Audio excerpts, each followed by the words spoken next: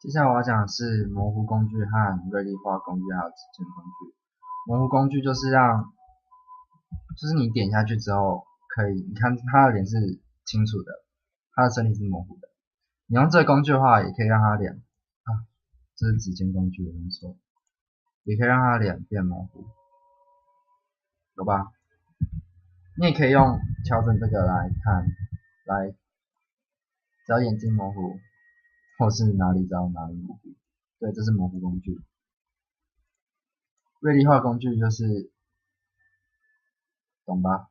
锐利化工具，这样看得出来两眼的差别。还有指尖工具就是像咖啡的拉花，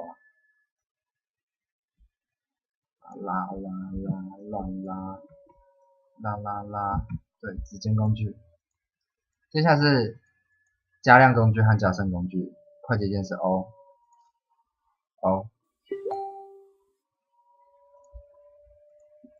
假如这个地方衣服这里太暗，我想让它亮一点，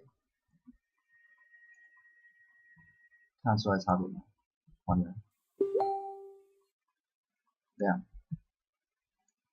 变亮，还原之后变暗，这是加亮工具。加深工具，脸太深，脸太亮了，然后变暗。好，还原，有吧？它变暗，这是加深工具。还有海绵工具，这有加色跟去色，去色它会变黑，灰阶。